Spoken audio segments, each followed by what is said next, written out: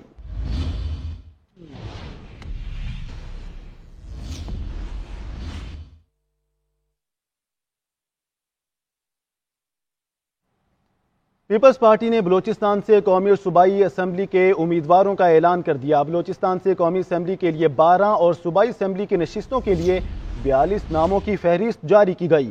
N اے 251 کے لیے Abdul Baqi مردانزئی, N اے 252 کے لیے اسرار ترین, این اے 254 کے لیے غلام فرید رئیسانی امیدوار ہوں گے.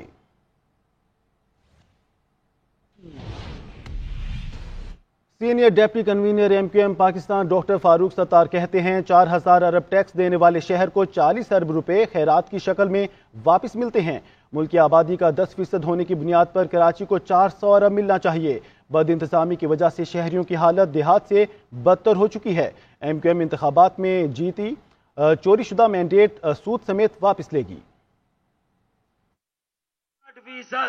70% ٹیکس کراچی دیتا ہے, جو روپوں میں کتنا ہوتا ہے 4000 ارب روپے, اور اس کے بدلے کراچی کو کتنا ملتا ہے 40 ارب. 1% کی خیرات. اگر کراچی کی آبادی کم از کم پورے ملک کا 10% ہے تو کم از کم 400 ارب روپے ہمیں ملنے چاہیے. ایک وقت آ سکتا ہے کہ یہ ٹاؤن ہے لیکن ایک دیہات سے بدتر حالات ہیں. دوسری جانب پشاور ہائی کورٹ نے تحریک انصاف کے رہنماؤں کے نام 4تھ شیڈیول میں شامل نہ کرنے کے احکامات جاری کر دیے. رپورٹ کر رہے ہیں کامران علی شاہ. پاکستان تحریک انصاف کے مختلف اضلاع سے تعلق رکھنے والے رہنماؤں کے نام شیڈول 4 میں شامل کرنے کے خلاف پشاور ہائی کورٹ میں کیس کی سماعت ہوئی. درخواست گزاروں کے وکیل نے عدالت سے استدعا کی کہ سائلین پرامن شہری اور سابقہ پارلیمنٹرین ہیں جبکہ آئندہ انتخابات میں مختلف حلقوں سے امیدوار بھی ہیں، لہٰذا ان کے نام شیڈول 4 میں نہ ڈالے جائے، جس پر عدالت نے پی ٹی آئی رہنماؤں کے نام شیڈول 4 میں نہ ڈالنے کے احکامات جاری کر دیے. پی ٹی آئی کے صوبائی صدر علی امین گنڈاپور کے والد کی جانب سے حفاظتی ضمانت کی درخواست پر سماعت کے دوران وکیل درخواست گزار نے عدالت کو بتایا کہ حفاظتی ضمانت کے باوجود گھروں پر چھاپے مارے جا رہے ہیں اور انہیں کیسز کے حوالے سے بھی نہیں بتایا جا رہا، جس پر عدالت نے علی امین گنڈاپور، ان کے بھائی فیصل امین اور والد امین خان گنڈاپور کو 11 جنوری تک گرفتار نہ کرنے کا حکم دے دیا. پاکستان تحریک انصاف کے دیگر کئی رہنماؤں نے مختلف مقدمات میں گرفتاریوں سے پشاور ہائی کورٹ سے راہداری اور حفاظتی ضمانتیں حاصل کر رکھی ہیں. کیمرامین محمد ارسلان کے ساتھ کامران علی شاہ، GNN پشاور. غیر معیاری کاسمیٹکس اور بیوٹی انجیکشن لگانے والے نان کوالیفائیڈ افراد کے خلاف کریک ڈاؤن کا فیصلہ. صوبائی وزیر صحت ڈاکٹر جمال ناصر کا کہنا ہے کہ رنگ گورا کرنے والی غیر معیاری کریمیں بیوٹی کے نام پر بیماریاں لگا رہی ہیں. لاہور سے ذوالقرنین رانا کی رپورٹ. جلد کے لیے نقصان دہ بیوٹی کریموں اور کاسمیٹکس کے خلاف کریک ڈاؤن کا اعلان. بیوٹی انجیکشن لگانے یا کسی قسم کے سرجری کرنے والے نان کوالیفائڈ افراد کے خلاف بھی آپریشن کیا جائے گا. وزیر پرائمری و سیکنڈری ہیلتھ کیئر ڈاکٹر جمال ناصر نے کہا کہ رنگ گورا کرنے والی غیر معیاری کریمیں بیوٹی کے نام پر بیماریاں لگا رہی ہیں. بعض کاسمیٹکس میں سیسا، زہر اور دیگر مضر صحت کیمیکلز کی مقدار خطرناک حد تک پائی گئی جو جگر اور گردے کے کینسر جیسے مہلک امراض کا باعث بن رہی ہے. ایک افیکٹ ہے کہ یہ رنگ گورا کرنے کے لیے استعمال ہوتی ہیں، لیکن ان کے بہت سارے سائیڈ افیکٹ بھی ہیں کہ ان کی وجہ سے جو سب سے بڑی یہ ہے کہ جگر کا کینسر پھیلتا ہے، کڈنی کا کینسر پھیلتا ہے. پورے پنجاب سے 24 کریم کے مختلف سیمپل بڑے مشہور برانڈ کے اٹھائے ہیں اور ان کو ہم نے ڈرگ ٹیسٹنگ لیبارٹری میں بھیج دیا ہے. ڈاکٹر جمال ناصر نے بتایا کہ مارکیٹ سے 24 مشہور برانڈز کی بیوٹی کریمیں لے کر ان کا ڈرگ ٹیسٹنگ لیبارٹری میں تجزیہ کروایا جا رہا ہے. بیوٹی پارلرز کی اسکریننگ بھی کی جائے گی. ہیپاٹائٹس کنٹرول کرنے کے لیے 70,000 باربر شاپس کا سروے کر لیا گیا ہے. جو خوبصورت اور ایستھیٹک کلینک ہے ان کی بھی تعداد کوئی 137 کے قریب ہے. بے انتہا پیسہ لے رہے ہیں لیکن جو ان کی صحت کے حوالے سے چیزیں ان کو اس طرح SOP کو مینج نہیں کر رہے. اس حوالے سے ہیلتھ کیئر کمیشن اور ڈرگ کنٹرول ڈائریکٹوریٹ کی مشترکہ ٹیمیں تشکیل دی جا رہی ہیں. ڈرگ کنٹرول کا عملہ بیوٹی کریموں اور کاسمیٹکس کے رجسٹر ہونے یا نہ ہونے کا تعین کرے گا، جبکہ ہیلتھ کیئر کمیشن کے ماہرین کلینکل پریکٹسز پر عمل درآمد کا جائزہ لیں گے. کیمرامین نعیم شاہ کے ساتھ Zulqarnain Rana, GNN Lahore. News studio سے فی الوقت اتنا ہی. دیکھتے رہیے GNN کیونکہ GNN جانتا ہے.